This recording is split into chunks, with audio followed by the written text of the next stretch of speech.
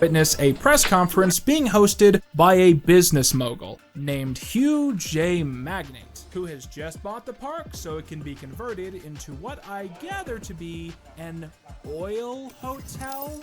Ladies and gentlemen, ever since Daddy slapped a shovel in my little hand, I have been looking for fuel to run our everyday lives. And so, when my high-tech thermal satellites detected a massive, untapped, combustible resource field under the city, I decided to come here, to Dumbsdale, and see for myself. Now, I don't know if it's obvious, but this character, the main bad guy of the movie, is actually inspired by Biff Tannen from Back to the Future Part 2, who was in turn inspired by Donald Trump. Let's say China.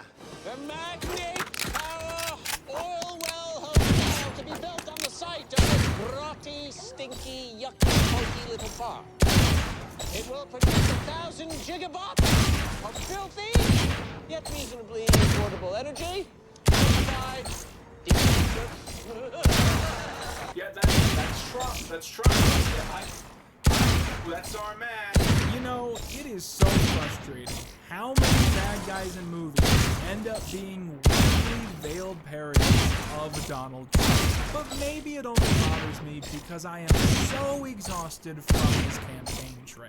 I tell ya, after Hillary wins in November, I hope we never hear from this guy again. Also at the United Right rally are Chester and Aiden, who... Just watch. Look who it is, Mr. Never Grew Up, Timmy Turner. I hope we campaign trail. I tell ya, after Hillary wins in November, I hope we never hear from this guy again. Also at the Unite the Right rally are Chester and AJ, who... Just watch. Look who it is, Mr. Never Grew Up, Timmy Turner. He's checking us out. Just like the ladies. Yeah, that's right, Timmy T. Looks like AJ is all grown up and styling in a brand new Argyle sweater. And me, professional security expert, fighting crime with my smarty mouth, multiple keys, flexible wire.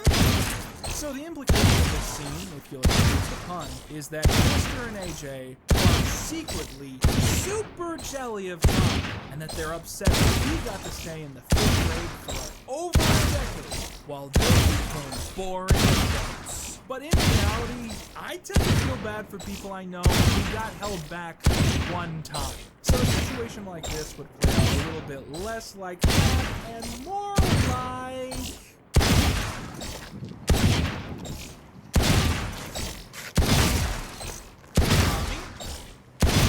It's Chester. Remember me? Hey, Chester and AJ? Chester? Oh man, Tommy, I haven't seen you since you got held back in the 5th grade. How you been doing? No, dude, I'm doing great. It's the highlight of our lives. Yeah, man, I get that. So what, you in like college? Yeah, still in the grade, actually.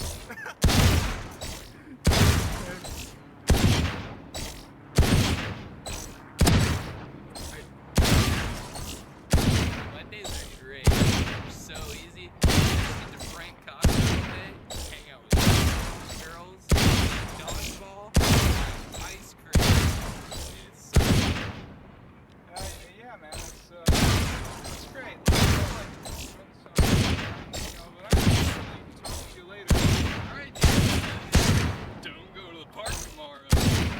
So Trump, more like Drumpf, am I right, tries to start construction of his hotel, but the young woman that Tommy followed into the park reveals that she is staging a protest, as she chains herself very loosely to a tree. Drumpf, however, says he doesn't care, and orders the bulldozer to run over her and the tree, which sounds pretty ridiculous, but let's be honest with ourselves. If you heard that a protester had been killed by a bulldozer at a Trump rally, would you really doubt it? Trump wishes the bulldozer would keep working, and it does. But Trump is not deterred and orders his men to murder her with chainsaws to the celebration of everyone. Tommy unleashes the chainsaws with balloons, and I guess that's seen as some kind of union difficulty, and they all leave. It's around this point that we find out that this character is actually Tooty. Big my mistake. I was getting these names. Okay, who's this character for real? Tooty? Wow, I gotta tell you, this is incredible. Are you serious?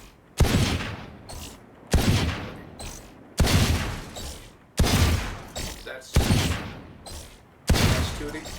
This is fine. Tommy and Tooty speak again in person and really hit it off. Tommy runs away when he realizes he can't fall in love. Meanwhile, Trump and Ivanka are mulling over how their press conference didn't go to plan. The bulldozer broke down and some chainsaws turned into balloons. Typical acts of God, always mysteriously disrupting the lives of humans. Soon, Trump is contacted by a mysterious ally with a distorted voice, who soon reveals himself to be Crocker.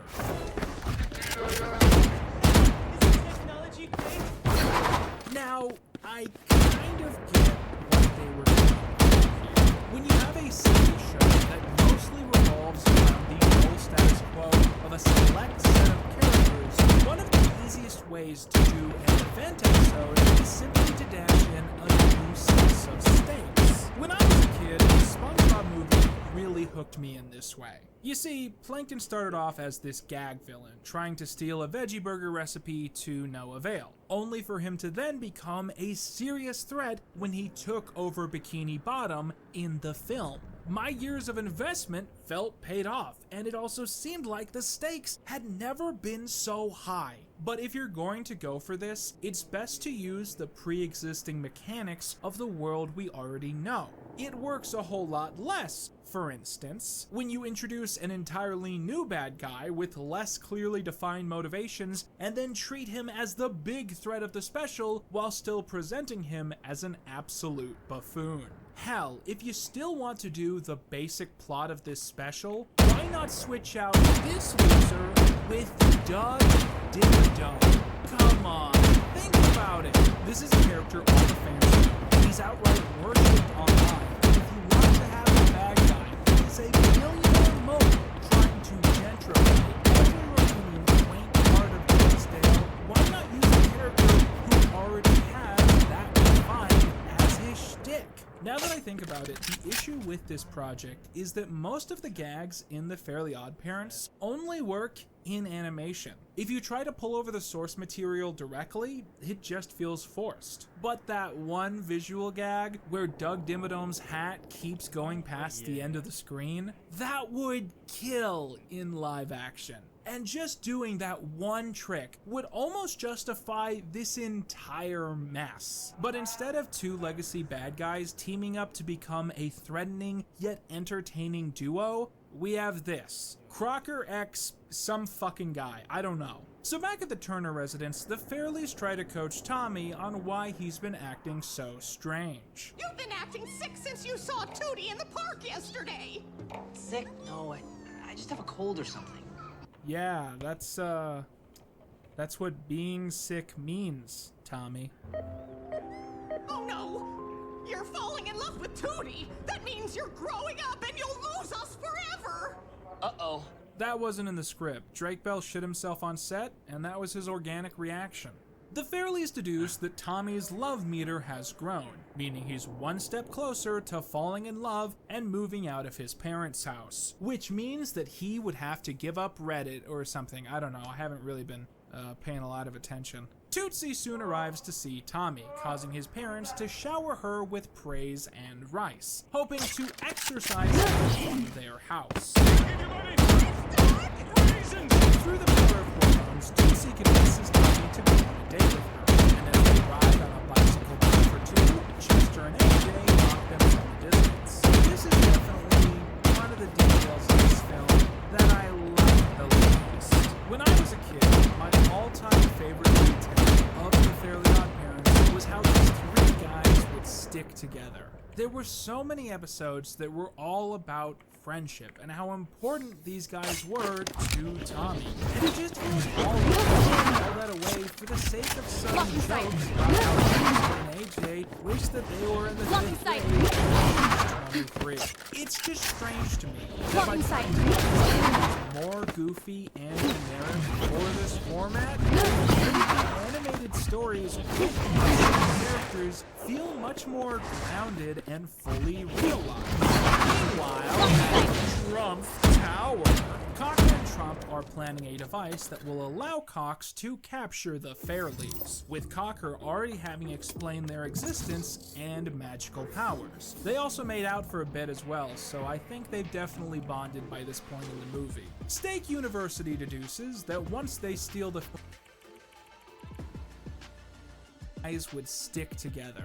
There were so many episodes that were all about friendship and how important these guys Match were found. to Tommy. And it just feels hollow to and how important these guys were to Tommy. And it just feels hollow to throw all that away for the sake of some jokes about how Chester and AJ wish that they were in the 5th grade at age 23. It's just strange to me that by trying to make these characters more goofy and generic for this format, they've made the animated stories with these same characters feel much more grounded and fully realized. Meanwhile, at Trump Tower, Cocker story 23. It's just strange to me that by trying to make characters more goofy and generic for this format, they've made the animated stories with these same characters feel much more grounded and fully realized. Meanwhile, at Trump Tower, Cocker and Trump are planning a device that will allow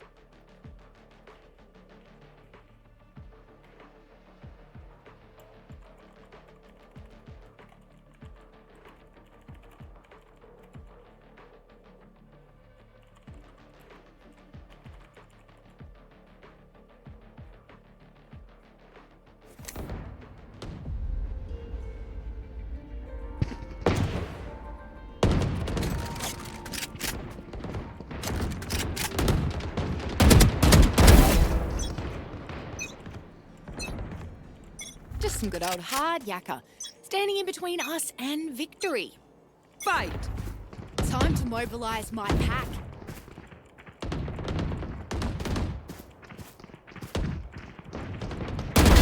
Killed their omen.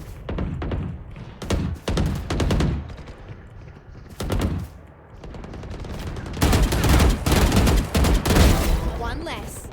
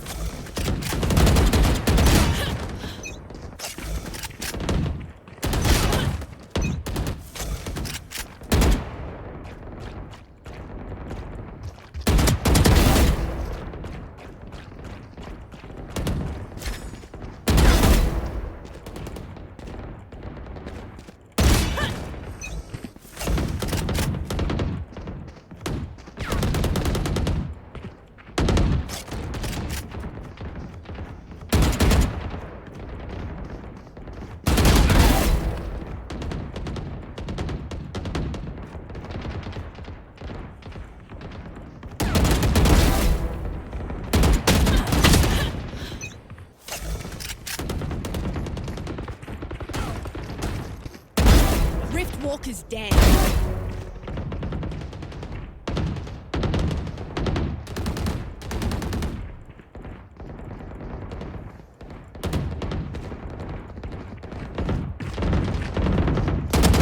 Brimstone down.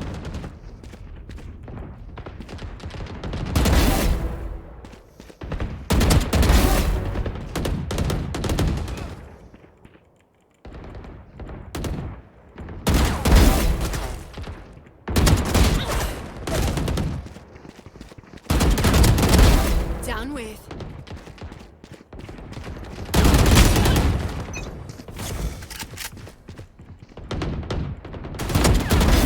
One down.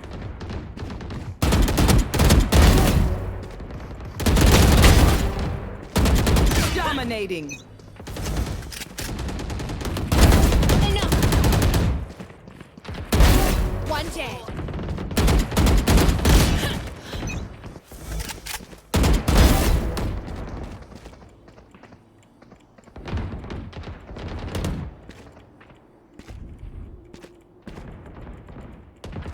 Ten kills remaining.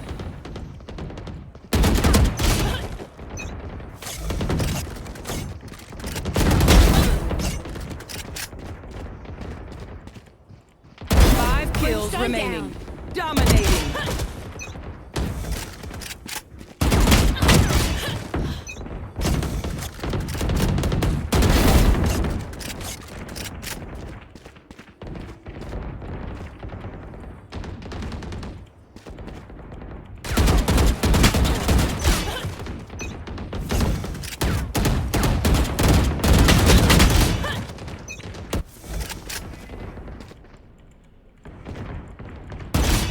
One kill remaining.